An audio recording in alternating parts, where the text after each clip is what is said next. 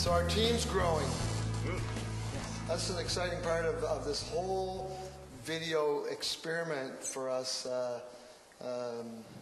is seeing new people get involved and come in. Royce, you've been mentioning that whole involvement thing, getting new people involved. And I guess in the last few years, we seen Dennis come on board with video ministry, and that's been exciting. And I mentioned, of course, we hired another pastor back in 2004. But we didn't know, Jeff, that you were a man of many talents then. We Neither did I. Just the one talent. And,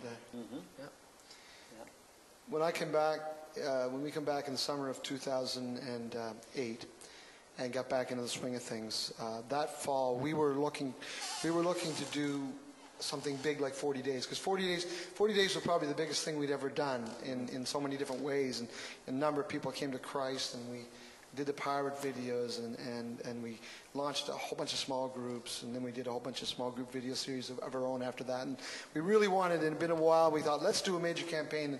And to make a longer story shorter, we ended up settling on the Truth Project. And so in the winter of 2009, this year, this past winter, we did the Truth Project, and we again used small group curriculum. This time was Del Tackett, and it was a 13-part series. And we decided we would take advantage and do a video series not unlike the Pirates, and we ended up writing King Solomon's Mind, the legend of King Solomon's Mind. 13 episodes. In the coldest part of the year. Why did we pick We're going to talk about that. When we're off camera.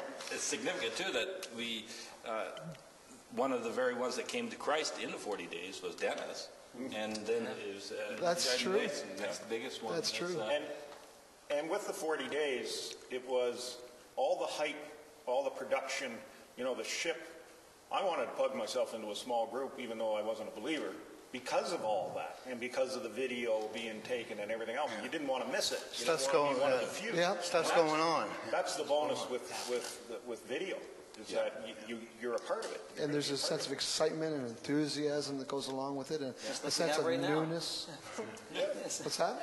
Just like now, huh? Just like now, yeah. It's fun being part of production. It is. It's fun. And we had a lot of fun shooting King Solomon's Mind. King Solomon's Mind, we did we did a lot of things and had a lot of fun with it. But we also had a serious message. Again, it was a story that was all kinds of fun and brought the kids in, and we did some really neat kind of simple, hokey special effects. And again, Doug Jardine and Jeff and Art with the editing process. It was just tremendous.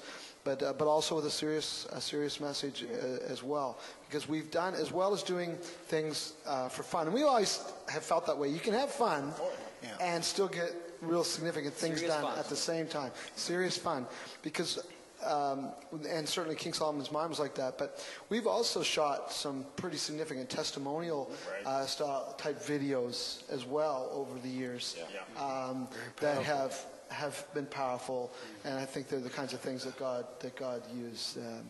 Sandra was a prime example, and she gave her message. And in fact, her last words, I think, on the video were, "I'll see you later," and we will. Yes. So it was great. And what a thing to have in your archives. It allows us to tell people's story, to help people tell their story. Yes. And people need help to tell their story, because every believer has a gospel story to tell. And video is an incredible medium for getting that story out. And God uses that. It's quite amazing what we've been able to do with what we've had to work with. But I really am hoping that as a church we're going to be able to invest in equipment, like you say, Dennis, not just, these are not toys. Yes, we have fun with them, but the power of the message. And as I look ahead in the future, I think about that, the Church of Jesus has always been about getting the message across, that we have.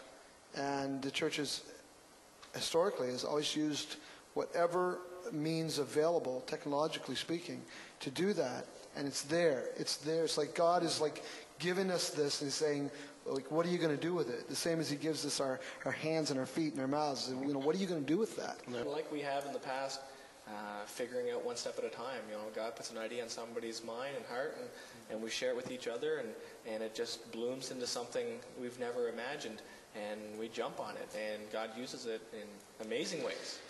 Yeah. Because creativity is something that God really, really wants to use in his church. God is a creative God. You look around you, and if we set on that creativity and we don't really, you know, get together and allow God to create within us, within our fellowship and our conversation, all of these things, you know, King Solomon's mind, we started from scratch.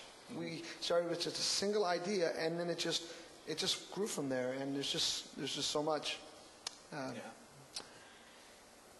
So what are we going to do next? What are we going to do next? So let's keep Royce out of a diaper. I have an idea. No diapers or dresses. You have an idea? Yeah. I have an idea. Here we go. We're afraid. Yeah. We're shaken. I'm scared. I'm not going to tell you. Okay. Okay. Top secret. But it'll be exciting. I think we're going to need 3 cameras for it, though. You think? Yeah. Yeah. I think so. I'm in. Let's do it. Yeah, I'm in. Yeah. Copy. All right.